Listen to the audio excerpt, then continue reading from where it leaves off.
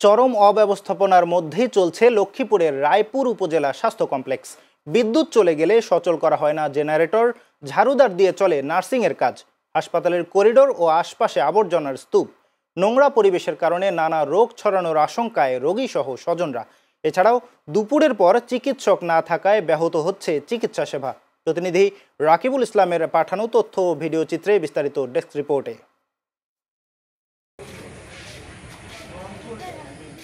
রায়পুর উপজেলা স্বাস্থ্য কমপ্লেক্সে প্রতিদিন চিকিৎসা নিতে আসেন শত শত রোগী। স্বাস্থ্যকেন্দ্রটির নানা অব্যবস্থাপনায় অতিষ্ঠ হয়ে পড়েছেন রোগীসহ স্বজনরা। বিদ্যুৎ চলে গেলে জেনারেটর না চালানো, ঝাড়ুদার দিয়ে স্যালাইন লাগানো, হাসপাতালের নোংরা পরিবেশ ও দুপুরের আগেই চিকিৎসক চলে যাওয়া, এসব অনিয়ম এখন নিয়মে পরিণত হয়েছে।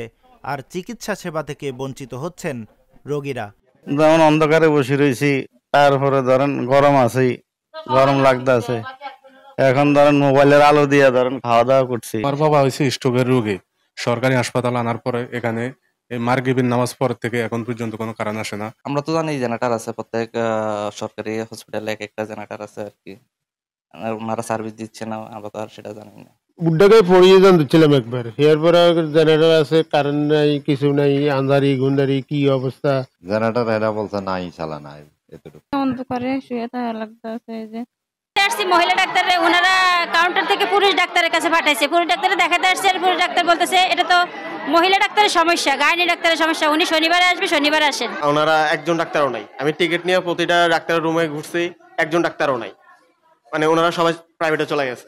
আর এখানে এক একটা টিকিট 5 টাকার জায়গায় 10 টাকা বিক্রি করতে আছে। হাসপাতালে ব্রেস্ট ফিডিং করানোর জন্য রুম থাকলেও দরজা নেই, বসার জন্য নেই টেবিল চেয়ারও। স্বস্তিতে শিশুদের দুধ খাওয়াবেন সেই পরিবেশও নেই বলে জানান মারা। পরিবেশটা আর একটু সুন্দর করলে আমাদের বাচ্চাদেরকে খাওয়ানোর জন্য একটু সুবিধা হইতো। আর দরজা দেয় নাই, যে কোনো টাইমে যে কোনো পুরুষ চলে আসে এই জায়গায় খাওয়াতেন, আমাদের অসুবিধা হয় না। এটা আমরা এখানে বাচ্চা করে দুধ খাওয়াই, মানে অনেক সুবিধা পাইছি আর কি। যদি পরিষ্কার থাকে আর এখানে দরজা টরজা দেয় তাহলে আরো সুবিধা হতো। স্বাস্থ্য কমপ্লেক্স কর্তৃপক্ষ বলছে 2টি জেনারেটরের মধ্যে একটি নষ্ট। তাছাড়া যেটি আছে তাতেও জ্বালানি ব্যয় বহন করা সম্ভব হচ্ছে না।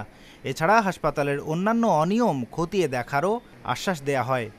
জেনারেটর যেটা আছে, আমার 2টো জেনারেটর ছিল, একটা সম্পূর্ণভাবে নষ্ট, ওইটা এখন যে মেরামত করার কোনো অবস্থা নেই, তো সেটা অকেজ হয়ে পড়ে আছে।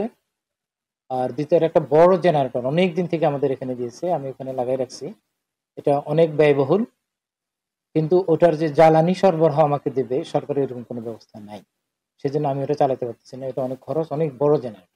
আর হাসপাতালের চারপাশে যে ময়লাগুলো দেখা যাচ্ছে এগুলো আসলে আমাদের বাউন্ডারির বাহিরে, তো সেটাতে আমার আসলে এমনিতে লোকবল স্বল্পতা, তো ওগুলো বিভিন্ন স্থানীয় কর্তৃপক্ষ যারা আছে, বিশেষ করে পৌরসভা বা রোডস অ্যান্ড হাইওয়ে, এটা ওদের দায়িত্ব। আর আমার এখানে কিছু কিছু ক্ষেত্রে আমি আজকে দেখলাম 2-1 জায়গায় কিছু ময়লা আছে। আসলে আমাদের সুইপারের এত স্বল্পতা, আমি স্থানীয়ভাবে 2জন সুইপার নিজেরা স্থানীয় ব্যবস্থাপনায় 2জন নিয়োগ দিয়েছি। কোনো আশ্বাস নয় রোগীদের স্বাস্থ্যসেবা নিশ্চিতে কমপ্লেক্সের সকল অনিয়ম দ্রুত সমাধান করার দাবি স্থানীয়দের। Desk report, channel S.